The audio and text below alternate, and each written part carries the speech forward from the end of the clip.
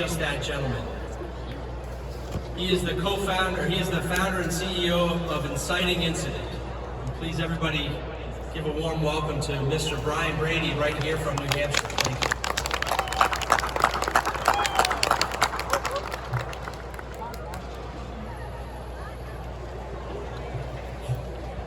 Hello everybody, thank you for coming to see me speak, I appreciate it.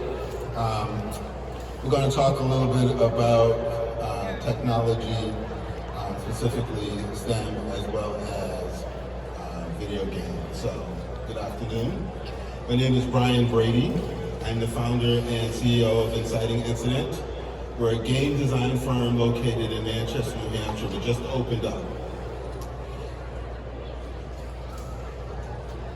My talk is titled Game On, Learn to Make Video Games and Impress Your Friends. I really can't guarantee that this talk will help you impress your friends. In fact, I'm not sure this talk will impress anyone. Nonetheless, I'm here and prepared, and I'm looking forward to sharing. First thing, I want to thank everyone who helped put this event together. Bill Wilson, who actually asked me to speak when I was part of SNHU and working at Inkwell Interactive, which is a game studio on campus. I'll talk a little bit about that a little later. And when I decided to leave that role, he reached out and said, "Are you still willing to talk?" And I said, "Absolutely, I'd love to. I just don't know exactly what I'll be talking about, but we'll figure that out." He was confident enough and nice enough to be patient with me as I worked through all the details. I also want to thank the sponsors and all the exhibitors of this event. It looks really exciting. I hope I get an opportunity to see more of the work that people are doing here in the state of New Hampshire. It's really exciting to see technology thrive in a state that I like to call my home. I would like to specifically thank, I have family here. I have my wife who is a professor at St. Anselm. I have my daughter Willa who is here with her friends. And they're were really gracious. Who wants to go and see their dad speak? But they took the time out to come and hear me speak. And I believe my daughter Zora is somewhere as well out there. So it's nice to have you there. I also want to thank you. You're taking time to listen to me. Who am I? I'm a guy who is really fantastic at navigating this crazy world of technology. I'm a salesman by trading. I am a marketing person by experience. I've done a lot of work in technology when it comes to sales and business development. And today I'm proud to be able to say I'm also a game developer.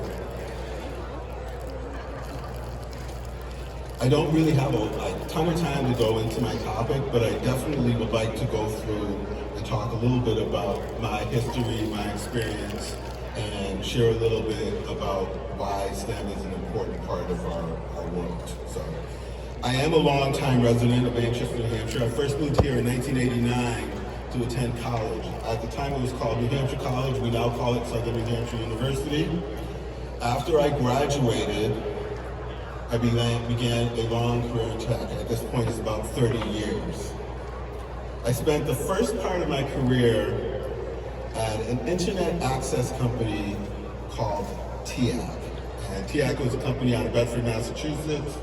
What we did was we sold dial-up internet access. And if you're an old technology person or you like watching an old technology movie, dial-up internet access is you would use your telephone, your landline telephone, and connect to a modem. And there's a particular generation that is quite familiar with the screech of the modem handshake, and I was one of the people who would sell that into people's homes. Over the years, I've gone through a bunch of different technology companies. I worked at Comcast for a little while. We were there selling broadband, and then I got a job over the course of my career at Dime. A lot of people are familiar with Dime because it was a DNS provider in New Hampshire, well known. People were really excited about what we were doing at Dime. Dime was a great highlight of my career because I did a lot of work selling services to web enterprises such as Twitter, I sold to Facebook, I sold services to Pinterest, as well as Amazon.com. And at the time, a lot of these companies were developing their own infrastructure, yet they relied on the technology out of a company in New Hampshire to make certain that they maintained uptime and availability for their customers. And so even though you may not have heard of Dine if you were using Twitter, you recognize the fact that the technology that we provided made certain that you would be able to have your uptime and make your tweets and all of that would work out really well. In 2016, Dine was acquired by Oracle. I bounced around a little bit, and then in 2019, I ended up at Inkwell Interactive at SNHU. At SNU, innovation is the core principle of that as a higher education institution. And so having a game studio on campus at SNU is a really way of them showing that. And I love to work there. We did some fantastic work.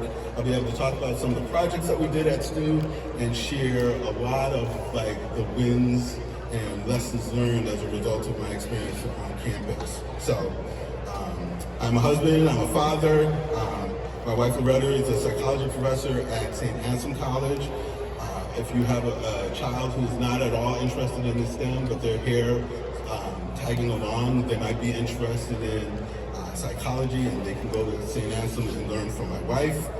She also runs a fantastic lab there where they do a lot of real good research in the area of games. And it's not just video games, it's any sort of like games. And we like to think about these things as a family because, you know, one of the things that tie us all together is our ability to be able to sit down and play. So, also, one other thing I want to share about myself before we get into this is that I also serve on the board of nonprofits called the Design Challenge Network, and we work with schools to develop and design challenges. It's incorporated into curriculum. It's sort of like what Dean Kamen had done with the idea of FIRST. We think about that and think of ways of like bringing design challenges to cool schools all over New Hampshire. We're just getting started with that. If you're a teacher or an administrator at a high school or middle school in New Hampshire and you're interested in like looking at any of this stuff, you can kind of come to me later and we will walk through and see how we can kind of get you on our list and share some of the information that we have in regards to the design challenge. So I'm going to start by telling the story. It's called the Red Bicycle Incident. In October of 1954, a 12-year-old kid, after attending the Louisville, Kentucky Home Days Festival, it's sort of a fall festival. Every community has that. But after attending the festival, when he went to go make his way home, he discovered that his beautiful new red twin bicycle had been stolen. This devastated this kid.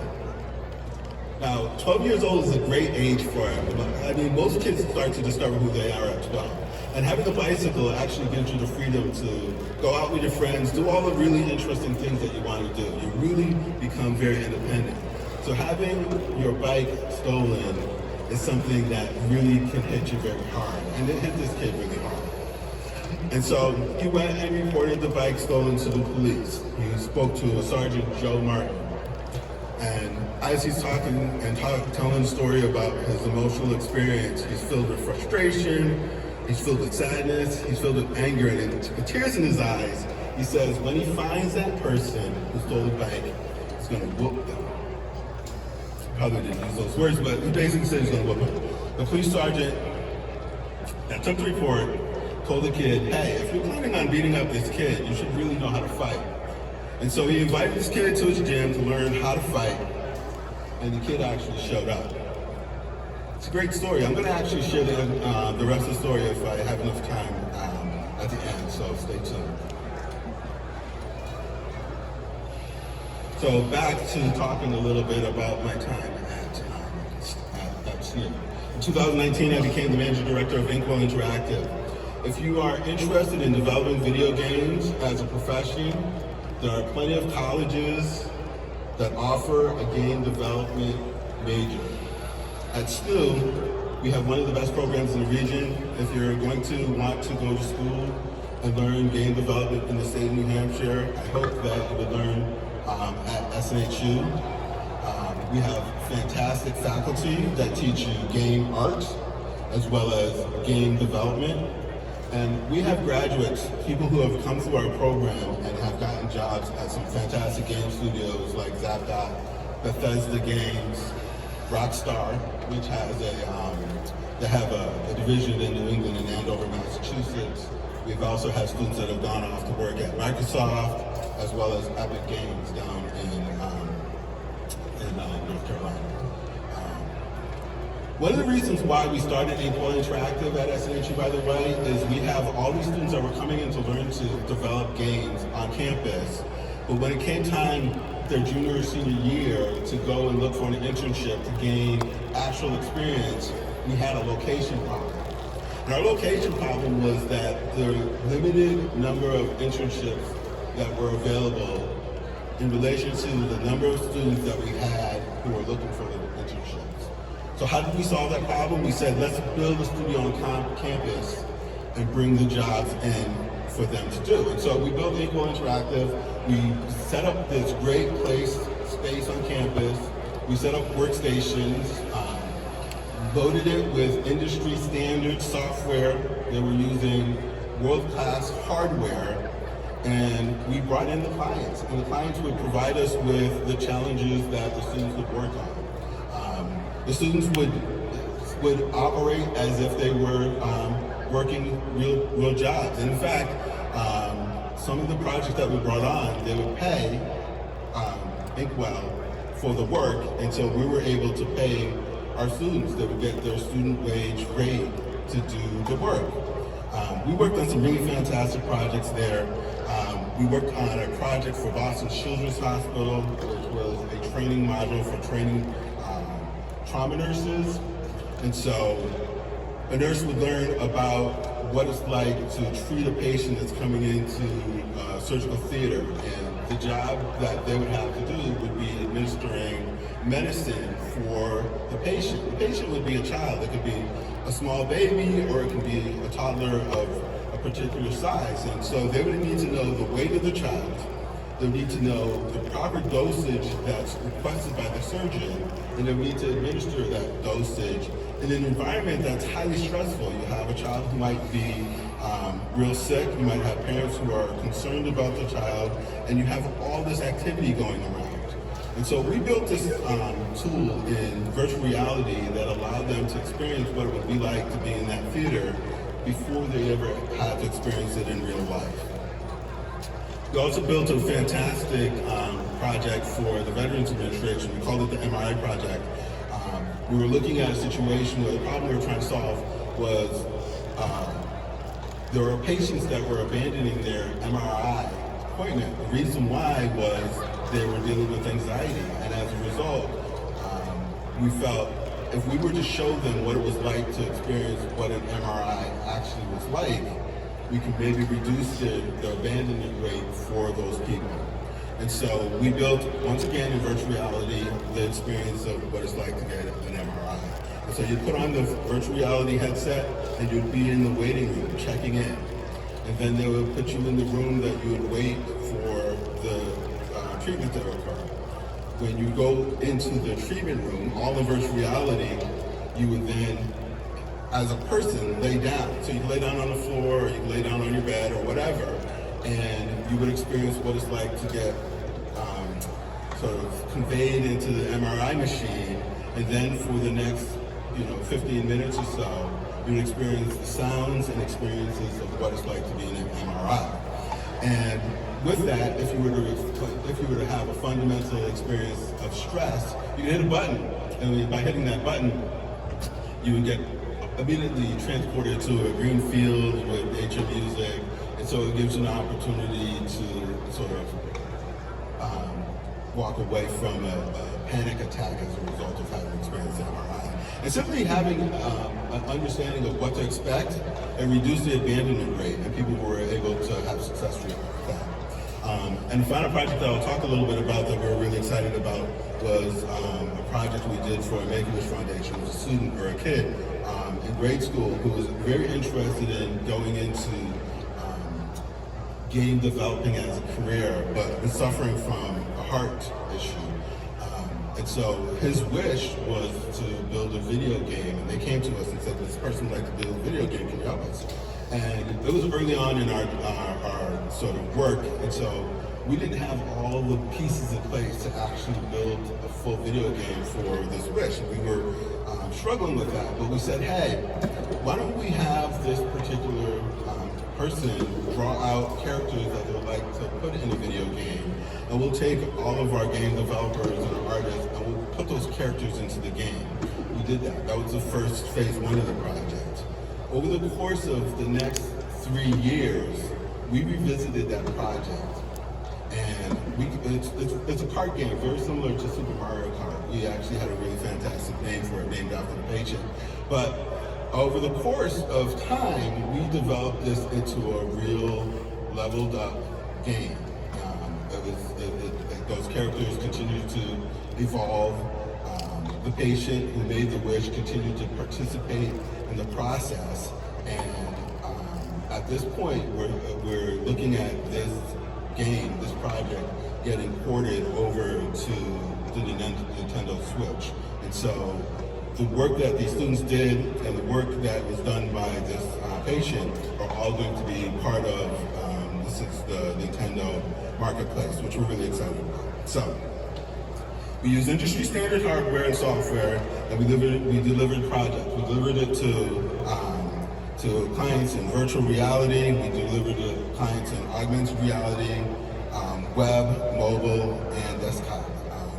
And that's really something that we're really excited about.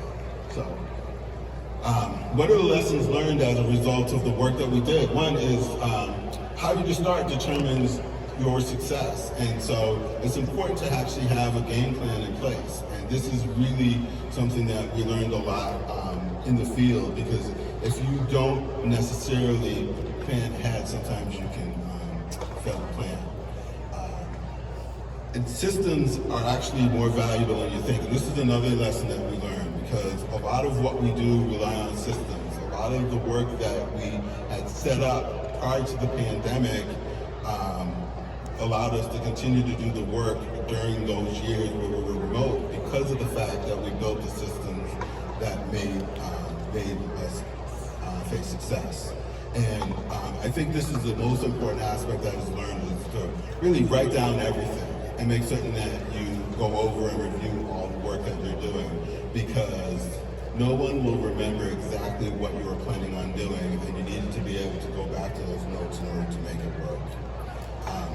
It also opened up some really interesting new questions. So one of the reasons we started Inkwell as a school was because we had a location problem. And so now we're looking at a situation where we solve that problem. We have to ask the question, can we scale? Can we adapt? You know, we had a lot of students that were looking to get jobs in the industry. We also had students that wanted to start their own studio. And so we had to ask the question, can we develop entrepreneurs that can open up their own shop?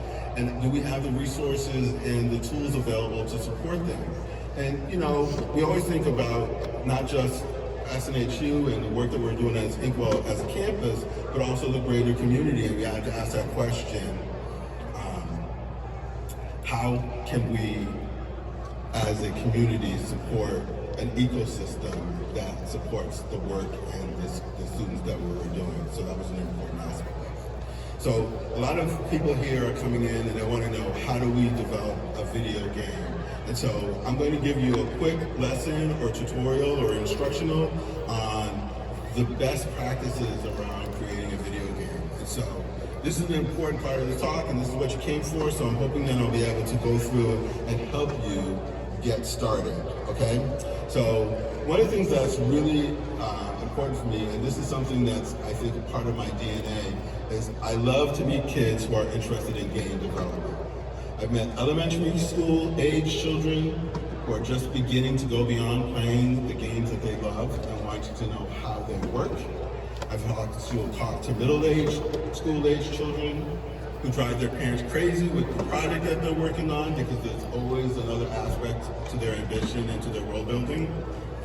I try not to discourage anybody, even if it's a wild game that has components to it that, in my head, doesn't necessarily make sense, I don't look at it as an impossibility because the landscape is always changing and opportunities to develop that may not be ready yet. But I want that fire that's within that person to remain. I don't want them to get discouraged because I don't believe in their vision. I want them to always feel motivated to go forward with it. So, my advice to anyone who's interested in creating their own game is to first sit down and build themselves a game design document.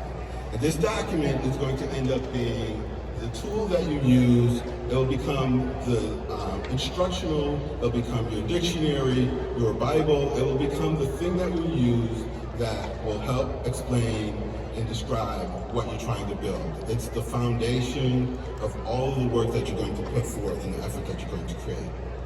This will help sharpen your ideas, it will help own and edit your ambition, and will help give a clear and concise way of expressing your project to other people. Because it's one thing to have the idea in your head, it's another thing being able to explain to others. So, this document should be written down. You can write it down online, it could be a Google Doc, it could be on Notion, but it should be written down. It shouldn't just sit in your head, constantly evolving with every new idea. It can be detailed as you want it to be, but it should always include the major aspects that I'm going to cover today. And actually, there are a lot of templates online that you can go through and follow the instructions, so you don't have to create this or write notes about this. This is something that's widely available. So, with a game design document, you'll be able to explain your game to non-gamers and maybe convince a friend or two to help you develop it.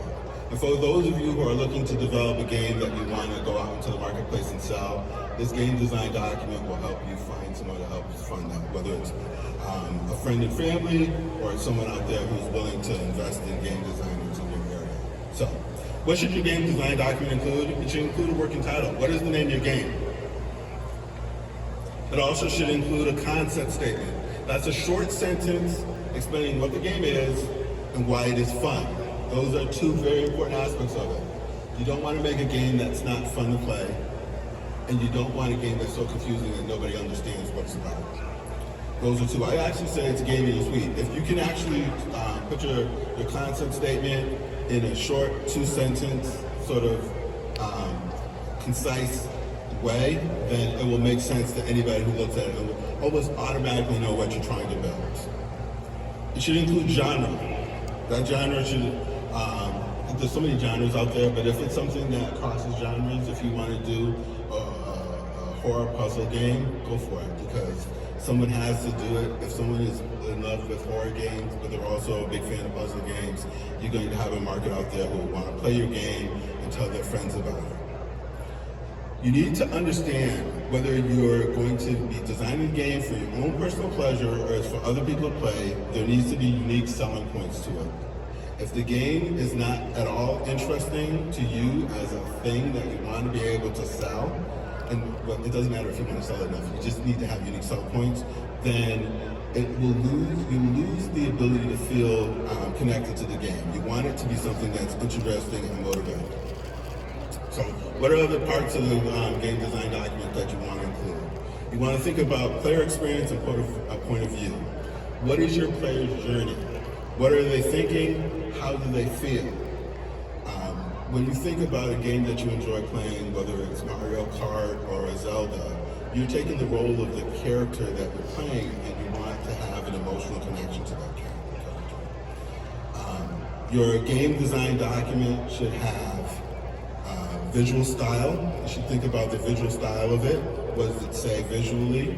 An audio style, because games are interactive and include both music and spoken information. And then you need to think about the world you're building in terms of game world fiction. And so each game that you create, whether it's a puzzle game or a simple game, there's a story behind it, and you have to think about what that story is and how you want to share it.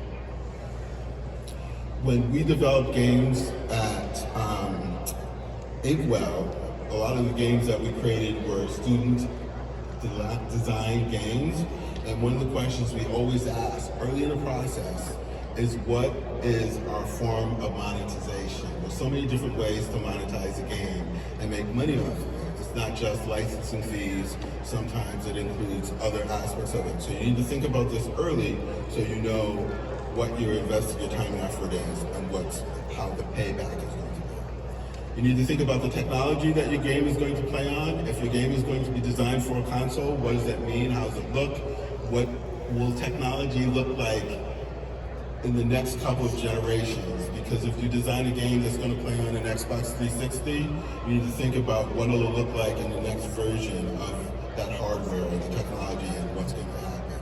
Things always get faster, smaller, bigger, they change. And because of that, you want to think about that in the process of your game design. Because if your game is going to live forever, you want to make certain that it continues to operate on the tools that are out there for people to play. You want to think about the player's experience within your game, onboarding. When they start the game, what does it look like? What do they see?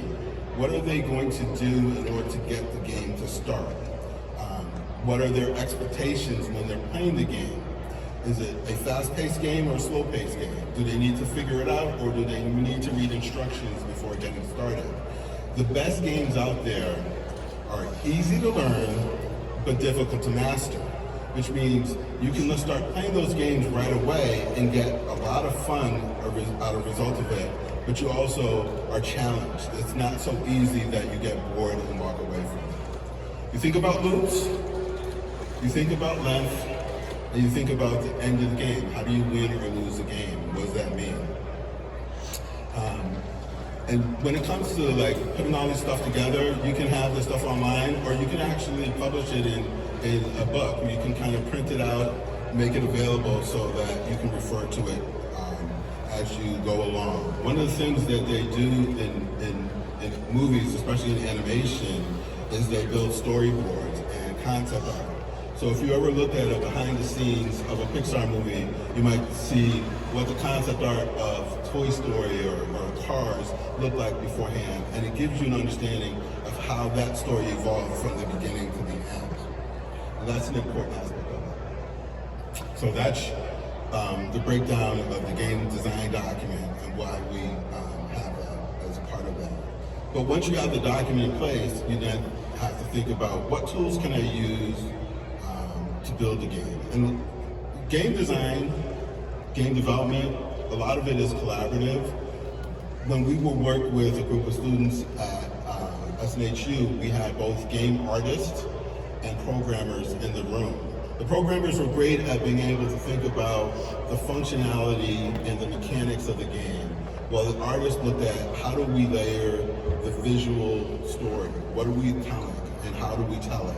And I thought the collaboration between both of those skills worked out really well. But we really started to see magic when we brought in writers, we brought in people who had additional skills and experiences that would allow us to tell better stories. Break things down into chapters, help us understand motivation, as well as what obstacles to overcome. And I think those are the things that helped us see greater levels of success. So here's a list of some art tools and developer tools that we've used and that are available. I've found that whenever I think I know a lot about what's available in terms of art tools and developer tools, someone will share with me something new and interesting. That's something I've never heard of before. One of the most fascinating aspects of this industry is how AI is being incorporated into game development. And so I learned a few months ago about a person who used ChatGPT to create a working version of Flappy Birds by having ChatGPT create the concept and write the code and compile the code. And so using large language models and artificial intelligence as part of our industry is going to allow us to not only come up with more interesting and better ideas, but also to execute rapid prototyping and bringing those things to market a lot faster as well. If you're developing, you got to think about what are you going to do in order to sell and move your games. And so thinking about these tools in the marketplaces that are out there, in order to sell and push sales in front of your customers. Because once you complete your early stage development and you start to get this out in front of people, you're going to want that feedback in order to be able to improve it. But there are a lot of markets out there that allow you to sell your games. One of the things that I talk about is if you are interested in like the Epic Games, Unreal Engine, they have a great marketplace that allows you to sell the games that you design and develop, as well as give you an opportunity to use their resources and your tools to develop at a very low cost, and in some cases free, until your game gains traction and you begin to sell and grow. So that's kind of what I have to share in regards to you developing and building your game. Because of my experience working at SNHU, I want to share that I'm not a gatekeeper. I love to be able to get people the information that they need. And so if you're interested in game development or you're looking for a piece or a solution and you can't seem to find it, reach out to me and I'm going to try my best to be able to find an answer for you. That's my goal. I want to see New Hampshire as a community become a community of game designers and game developers, and so we're hoping that that's something that happens. I want to talk a little bit about Ralph Baer. I actually didn't know who Ralph Baer was when I first started working at SNHU. I learned about him through a group of friends. My community of friends include not only technology people, but we have a lot of what I consider game aficionados, enthusiasts as well. So Ralph Baer actually is an American inventor, a game developer, and an engineer. He was born in Germany in 1922. He fled Germany prior to World War II and came to the United States and was involved in the war effort. And afterwards, he was inspired and became interested in electronics. He worked for a bunch of technology companies and ended up working at Sanders Associates in Nashville, which is now BAE Systems. This brilliant man spent time thinking about how to create video games. He was sitting and decided it would be cool to use your TV as a monitor for a video game. And with his fellow engineers, he developed the earliest concept of the console. It's called a brown box because they wrapped in a little brown tape in order to seal it together.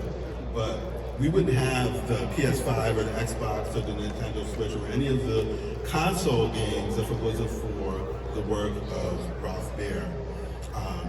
For those of you who grew up in the 70s, you may have played a game called Simon. It was a simple game, but that game was a really popular Christmas item.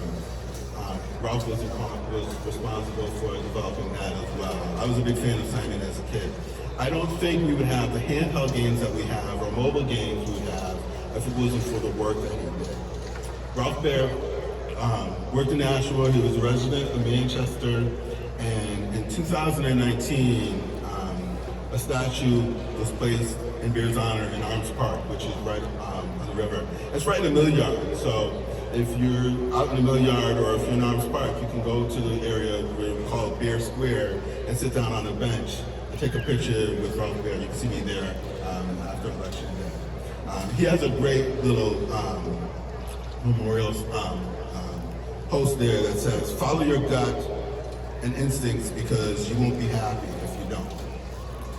So I think Ralph Baer, as the father of video games, is sort of setting the standard, saying that why isn't Manchester, New Hampshire, and New Hampshire in general the center of the video game world? It should be. We should have the best video game companies here. We should have the best video game developers here. And we should celebrate video games as part of our DNA and our culture here in our state. I want to talk a little bit about Kennedy and the moonshot. Those of you who have been around, or even if you are a fan of history, probably have seen President Kennedy's speech where he says, "We're going to land a man on the moon and bring him home safely." It's a famous soundbite. We like to play that part, and I think that that's a very interesting thing, because even today in tech, whether it's Google or any sort of like tech company in Silicon Valley, when they come up with an idea that's beyond our ability to achieve it with today's technology, they call it a moonshot. And it's sort of like President Kennedy at that moment, he looked out and said, this one is going to go over the wall. He didn't live to see us achieve this goal, but it was an important statement that he made that sort of set the stage. I want to read part, because I read his transcript of the speech. This was a speech he made to Congress. But I want to read a part that I think is really important. It's something that never is included in the transcript, but I think it helps define and sets the standard of the message that I want to share. So I'm going to read it to you, just take a minute. Finally, our greatest asset in this struggle is the American people. Their willingness to pay the price for these programs, to understand and accept the long struggle, to share their resources with other less fortunate people, to meet the tax levels and close the tax loopholes I've requested, to exercise self-restraint instead of pushing up wages or prices or overproducing certain crops or spreading military secrets or urging unessential expenditures or improper monopolies or harmful work stoppages, to serve in the Peace Corps or the Armed Services or the Federal Civil Service or the Congress, to strive for excellence in their schools, in their cities, and in their physical fitness and that of their children, to take part in civil defense, to pay higher postal rates and higher payroll taxes and higher teacher salaries in order to strengthen our society, to show friendship to students and visitors from other lands who visit us and go back in many cases to be the future leaders with an image of America, and I want that image, and I know you do too, to be affirmative and positive. And finally, to practice democracy at home in all states, with all races, to respect each other, and to protect the constitutional rights of all citizens. So, you know, it's kind of interesting when you think about President Kennedy and Ralph Baer kind of taking those two pieces and bringing it all together in speech. I come to you and I kind of challenge you today and ask you, what is your catalyst? What is your inciting incident? The inciting incident is the moment, or event, or decision that thrusts the main character in the action of a story. It's also known as the catalyst. For a lot of people here today, and for a lot of people who are looking at STEM, it's a result of that speech of President Kennedy. It's rippled through many American generations. It's one of the things that allow us to think about our future and the technology that it brings. And it's one of the reasons why I founded Inciting Incident. And I think that I have to ask, as for any young person who's interested in developing video games or working in technology, to sort of look at that and say, what is the thing that sets my particular journey in motion? What is that for me? So I'm going to go back and the story. Remember I talked about the red bike incident? Who that little boy was? It was Muhammad Ali. It was young Cassius Clay. If he didn't get his bike stolen, maybe he may not have met the sergeant who taught him how to box, and we wouldn't have experienced the greatest. So I want to encourage everyone here to look at your life and find what moment will take you there. Thank you very much, and I'll be more than happy to talk to anybody else.